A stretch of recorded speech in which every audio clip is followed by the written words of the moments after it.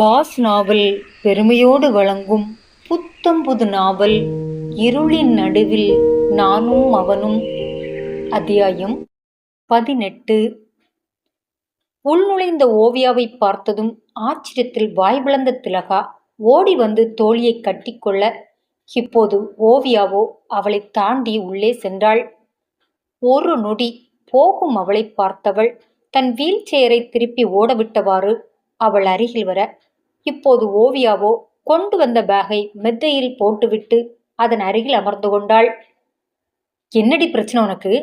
ஏன் இப்போ பேசாம மூஞ்சி தூக்கி வச்சிருக்கா? ஒரு வாரமா நானும் விடாம போன் அடிக்கிறேன். என் போனை கூட எடுத்து பேச முடியாத அளவு பிஸியோ? ஆமா, இப்போ இங்க எதுக்கு வந்திருக்கா? அடுக்கடுக்காய் கேள்வி கேட்டு அவளை கூர்ந்து பார்த்த ஓவியா ஒரு நொடி நிதானித்து, ஏன் நான் வரக்கூடாதா? அப்பாவுக்கும் முடியல, போய் பார்த்துட்டு வான்னு நீதானே அனுப்பி வச்ச? அதான் போய் பார்த்துட்டு வந்துட்டேன். பார்த்துட்டு வந்துட்டியா? அப்போ அப்போ மேரேஜ் யாருக்கு? உனக்கு தான். ஆக எல்லாம் தெரிஞ்சுதான் அனுப்பி வச்சிருக்கா என்றதும் அவளை குற்ற உணர்வில் பார்த்தவள், உண்மையை சொன்னா நீ போயிருப்பியா? மாட்டேன். அதான் போய் சொன்னேன். போய் சொல்லி அனுப்பிட்டா எல்லாம் நடந்துடுமா?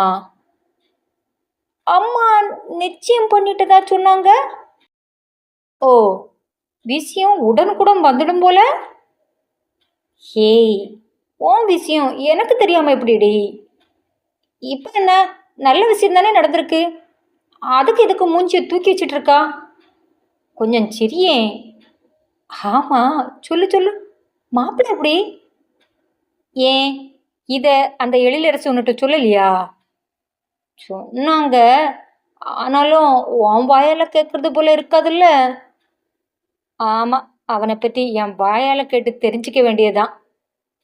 என்னடி அவரை அவனு ஒருமையில கூப்பிடுற அளவு நெருங்கிட்டியா? என்றதும் கடுப்பானவள், நெருங்கிட்டாலும் என பெருமை கொண்டே தன் கருத்து போன முகத்தை காட்டாமல் எழுந்து ஜன்னல் பக்கம் வர, அவரை நான் பார்க்கணும்டி முகமலரச் சொன்னவள் வேகமாக அவள் அருகில் வந்து அவள் கையில் இருந்த போனை புடுங்க, அதிர்ந்த ஓவியா திருப்பி அவள் கையில் இருந்த செல்போனை பறித்து எடுக்க போராடினாள். நான் பார்க்க கூடாதா? உன் ஆள நான் பார்க்க கூடாதா? போக்கு காட்டியவள், பார்க்காம நான் விட மாட்டேன் என மரக்கையால் எடுத்து முதுகுக்கு பின் மறைக்க, ஓவியா பதட்டத்தோடு அவள் பின்புறம் ஓடி வந்தாள். தந்துடு திலகா, ப்ளீஸ் தந்துடு. ஏய், ஒரு முறை பார்த்துட்டு கொடுக்குறேன்டி. இல்லை, எல்லாம் கல்யாணத்தப்போ பார்த்துக்கலாம் என செல்லை பிடுங்கி எடுத்து விட, என்ன கிஸ்ஸின் சீன் எதுவும் பதிவு பண்ணிட்டியா என்ன? கிசு கிசுப்பாய் கேட்டவளை செல்ல அடி வைத்தவள், போடி போடி இவளை என்ன நெளிய.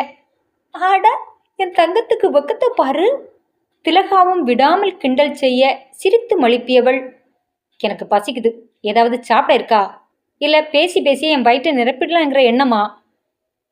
இருடி இரு, சாப்பிட எடுத்துட்டு வரேன் என திலகா உள்நுழைந்து கொள்ள, அவசரமாக செல்லை எடுத்தவள் அதில் இதுவரை மறைத்து வைத்து பார்த்து பார்த்து ரசித்து வந்த முகுந்தனின் புகைப்படத்தை சட்டென டெலீட் செய்தாள். இனி இந்த படம் நம்ம செல்லில் இருக்கிறது தப்பு. நல்ல வேளை திலகா பார்க்கல, பார்த்தா கேள்வி கேட்டே சாகடிச்சிருப்பா. மனதுக்குள் சொல்லியவாறு செல்லை மெத்தையில் தூக்கி எறிந்தபோது அந்த அறையில் சாதத்தோடு உள்நுழைந்தாள் திலகா.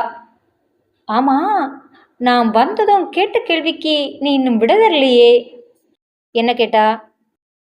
கல்யாண பொண்ணு மாப்பிள்ளையோட கடலை போட்டோமா இல்லை கண்ட கண்ட இடமா சுத்தினோமான்னு இல்லாம மறுபடியும் எதுக்கு இங்க வந்தா? நான் இங்க வந்தேன், உன் ஆளும் உன் பாசம் தான் கேரளா வர தேடி வந்து என்னை அழைச்சிட்டு வந்திருக்காங்க. என்னடி சொல்றா? ஒன்னு அழைக்க கேரளா வர வந்தாங்களா? அப்படின்னா அந்த பிசாசு அங்கேயே வந்துச்சு. திலகா மனதுக்குள் சொன்னவளாய் ஓவியாவை ஆர்வமாக பார்க்க, என்னுடைய இடத்துல புது ஸ்டாப்ஸ் போடுறவரை வேலை பார்த்துட்டு புது ஸ்டாப்ஸுக்கு ஒர்க்கை கற்றுக் கொடுத்துட்டு கிளம்பி போகணுமா? அப்படி ஒரு ரூல்ஸு கம்பெனி சைடு இருக்குதான் என்றதும் வியப்பு மேலிட அவளை பார்த்தவள், ஏன் ஓவியா, அப்படி ஒரு ரூல்ஸ் நம்ம கம்பெனியில் இருக்குதா என கேட்க, தெரியல, ஆனால் இருக்கிறதா சொல்லி தான் உன்னோட சின்ன முதலாளி மறுபடியும் கூட்டிட்டு வந்திருக்காரு. அதுக்கு எதுக்குடி நீ என்கிட்ட சொல்லியிருந்தா நானே கற்றுக் கொடுத்துருப்பேனே. இந்த காரணத்துக்கா மறுபடியும் கூப்பிட்டாங்க இந்த பாஸ்? தெரியல, ஆனால் எழிலரசிட்ட அந்த காரணத்தை தான் சொன்னார். கூடவே சில பல பிளாக்மெயில் எல்லாம் செய்து எழிலரசியே பயப்பட வச்சு தான் அழைச்சிட்டு வந்திருக்காரு. எதுக்கு தெரியலையே. என்னவோ பாஸ் உன் விஷயத்தில் கொஞ்சம் ஓவராக பண்ணுறது போல தான் எனக்கு தெரியுது. நீ 3 நாளில் திரும்பி வருவேன்னு சொல்லிட்டு வராமல் போனதுக்கும் அந்த குதிச்சாரு. கடைசியாக நானும் நலனும் தான் பேசி சரிப்படுத்தணும். ஒருவேளை அந்த பொய்க்கு பனிஷ்மெண்ட்டாக இருக்கும். அவருக்கு தான் பொய் பேசுறது பிடிக்காதே. அடமன்றான ஆள்கிட்ட மாட்டினா இதான் நிலைமை. அவருக்கு தான் புத்தி அப்படி போச்சுன்னா இந்த மானங்கிட்ட நலனுக்கு அறிவு எங்கே போச்சு? நீ எதுக்கு அவரை திட்டுறா? பாஸ் சொல்கிறதுக்கு உதவியாளன் தலையாடி தானே ஆகணும். ஆட்டட்டும், நல்லா ஆட்டட்டும். ஒரு நாள் தலையை திருகி காக்காவுக்கு போட்டுறேன். பார்ப்போம் அப்படி என்ன வேலையை எனக்குன்னு வச்சுருக்காருன்னு. நாளைக்கு ஆஃபீஸ் போனால் தெரிஞ்சிட போகுது. அதுக்கு எதுக்கு மண்டையை போட்டு குழப்பணும்? முதல்ல கொண்டா, கொல்ல பசியாக இருக்குது. ஒரு மரக்கட்டையோட பயணம் பண்ணேன். ஒரு சிங்கிள் டீ கூட வாங்கி கொடுக்காம கூட்டிகிட்டு வந்துடுச்சு. பாவம் நலன். இதோட எல்லாம் முழு நிறமும் எப்படி இருக்குதோ. சொன்னவள் அவசரமாக உண்ண, என்னடி பல நாள் பட்டினி இருந்தவா போல இந்த முக்குறா?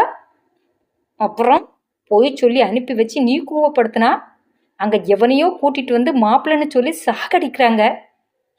இந்த இடையில சாப்பாடு இறங்குமா என்ன? அந்த நெடுமரம் கெட்டது செஞ்சாலும் நமக்கு சாதகமாக தான்ப்பா எல்லாம் செய்து. சொன்னவள் விடுதலை அடைந்த உணர்வில் முகமெல்லாம் மலரச் சொன்னதும் திலகாவும் சிரித்து கொண்டாள். எப்படி பார்த்தாலும் உங்க 2 பேரோட சண்டை அழகாதாண்டி இருக்கு. கஞ்சிமட்டி சொன்னவளை செல்லமாக முறைத்தவள் கையில் இருந்த பிடி சோட்டை அவள் வாயில் வைத்து அடைத்து, சும்மா இருக்கிறதால தானே பேசுறா, அடைச்சிட்டா வாயை வச்சுட்டு சும்மா இருப்பல்ல. சொன்னவளிடம், எவ்வளவு நாளாச்சுல்ல நீ ஊட்டி விட்டு, இந்தா கொடு என மறுபடியும் அவள் வாயை பிளக்க ஓவியா மனம் நிறைந்தவளாக ஊட்டத் தொடங்கினாள். அதே நேரம் கையில் பாட்டிலோடு நலன் வீட்டு மொட்டை மாடியில் அவன் முழு போதையோடு இருந்தான் முகுந்தன். டேய் போதுண்டா என முகுந்தன் கையில் இருந்த பீர் பாட்டிலை நலன் புடுங்க போக, விடுடா விடு, நான் குடிக்கணும். குளறலாக வந்தது வார்த்தை. உன்னால பேசக்கூட முடியல, இதுக்கு மேலே குடிச்சா உடம்பு தாங்காதுடா. தாங்கும், இதெல்லாம் எம்மாத்திரண்டா. நான் விரும்பினவா இன்னொருத்தனோட நிச்சயம் பண்ணிட்டு வந்து நிற்கிறா. இதையே தாங்கிட்ட இந்த உடம்பு இதை தாங்கிக்காதா? முன்னாலேயே பூச்சி இல்லாம பேசுறா. எனக்கு வந்த ஆத்திரத்துக்கு அப்படியே பலார்னு அரைஞ்சிடுவோமான்னு தோணுச்சு. அப்படின்னா அரைஞ்சிட்டு வந்திருக்க வேண்டியதானேடா. சாணி என்னை கூடவே கூட்டிட்டு சுத்துறது போல அவங்கள கூடவே கூட்டிட்டு வந்திருக்கான். எதுக்கு இப்போ போய் சொல்லி மெட்ராஸுக்கு கூட்டிட்டு வந்திருக்கா? எல்லாம் காரணமாதான். அவ விட்டுட்டு போயிட்டா நாமளும் விட்டுட முடியுமா? அப்படியெல்லாம் விட முடியாது. அவ எப்படிடா என்னை விட்டு போக முடிவெடுக்கலாம்? ஐயோ அப்பா, என்னடா இது, மறுபடியும் முதல்ல இருந்தா? தாங்காதுடா சாமி. கேட்டு என் காதுல ரத்தம் வந்துடுச்சு. இப்படியே பேசிட்டு இருந்தா சுத்தமா என் காது பஞ்சர் ஆயிடும். அப்புறம் என் திலகா வந்து ஆசையா கொஞ்சும் போது இப்படி ஒன்ன போல பேந்தே தான் முழிக்கணும். நீ பேசாம படு, இது நாளைக்கு பேசலாம் என சொல்லும் முன்னே முழு போதையில் தன்னை மீறி தரையில் படர்ந்திருந்தான் முகுந்தன். மறுநாள் காலை இருவரும் தங்கள் அலுவலகம் நுழைந்த போதே ஆபீஸ் சுறுசுறுப்பாக இருப்பதை தெரிந்து கொண்டனர். நலன், அப்பா வந்திருக்காங்கன்னு நினைக்கிறேன். பார்த்தாலே தெரியுது. இப்ப என்னடா பண்றது? என்ன கேட்டா? நேற்று எவ்வளவு சொன்னேன், ஒரு முறையாவது நீ போனை அட்டன் பண்ணி பேசியிருக்கணும், இல்லை என்னையாவது பேச விட்டுருக்கணும். ரெண்டும் செய்யாம இப்போ வந்து என்ன பண்றதுன்னு கேட்டா நான் என்ன சொல்லுவேன்? உள்ளால போவோம், என்ன அர்ச்சனை கிடைச்சாலும் போய் வாங்கிக்குவோம். சின்ன தப்பையா செஞ்சிருக்கா? அப்பாவை பொண்ணு வீட்டுக்காரங்க முன்னால அசிங்கமா நிக்க வச்சிருக்கா. அப்புறம் அவர் என்ன நல்ல விதமா நடப்பார்னு எதிர்பார்க்க முடியுமா என்ன? டேய் போலாம் பாதடா. அப்பாட்ட என்ன சொல்லி சமாளிக்கலான்னு ஒரு ஐடியா கொடு. ஐடியாவா? உங்க அப்பாட்டையா? நான் இந்த விளையாட்டுக்கு வரலப்பா. நீ ஆச்சு உன் அப்பாவாச்சு என நழுவ பார்த்தவனை பிடித்து இழுத்து கொண்டே உள்ளே வந்தான். நிஜமாகவே கொதித்து கொண்டுதான் நின்றிருந்தார் சக்கரவர்த்தி. ஆனால் அந்த கொதிப்பை இவர்களிடம் காட்டவில்லை, மற்ற எல்லாரிடமும் காட்டினார். பியூன் முதற்கொண்டு மேனேஜர் வரை அத்தனை பேரும் அவரின் கோப ஆக்கினையில் பொசுங்கி போய் முகம் கருத்துதான் வெளியேறிக் கொண்டிருந்தனர். தூரமாய் நின்று இது அத்தனையும் பார்த்து கொண்டே மெல்லமாய் நளனுடன் உள்ளே வந்தான் முகுந்தன். தந்தையை நெருங்கி வந்தும் அவரில் எந்த மாற்றமும் இல்லை. பணியாளரிடமே கடுகடுத்து கொண்டிருந்தார். இவனை திரும்பி பார்க்கவும் இல்லை. அப்போது மட்டுமல்ல, அடுத்து வந்த 3 மணி நேரமும் அதுவே தொடர்ந்தது. பின் போகிறேன் என்று கூட சொல்லாமல் கிளம்பி போய்விட்டார். தந்தையின் இந்த அவதாரம் பலித்தாலும் என்னவோ எதுவும் முகத்திற்கு நேரே கேட்டு சங்கடப்படுத்தாமல் கிளம்பியது ஒருவித நிம்மதியை தர மெல்ல தன் சீற்றில் போய் அமர்ந்து கொண்டான் முகுந்தன். அவனை வினோதமாக பார்த்த நளன், என்னடா புயல் அடிச்சு ஓஞ்சது போல இருக்கு, நீ எதுவுமே நடக்காதது போல போய் உட்கார்றா. புயல் நம்ம மேல மோதாம கரையை கடந்ததேன்னு நினைச்சு சந்தோஷப்படு. இப்போ நம்ம வேலையை பார்க்கலாம். நம்ம வேலையா? நலன் புரியாமல் கேட்க, அதான்டா ஓவியாவை சொன்னேன், அவ ஆஃபீஸ் வந்திருக்காளான்னு போய் பாரு. அதானே பார்த்தேன்.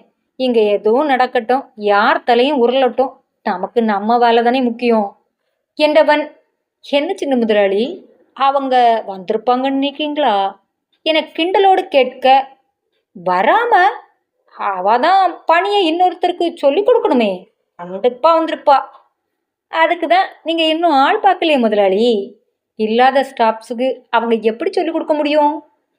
என்ன கிண்டலா? அது எனக்கு தெரியாதா? முதல்ல அவ வந்திருக்காளான்னு போய் பாருடா என்றதும் அவனை முறைத்து கொண்டு வெளியேறினான் நளன்.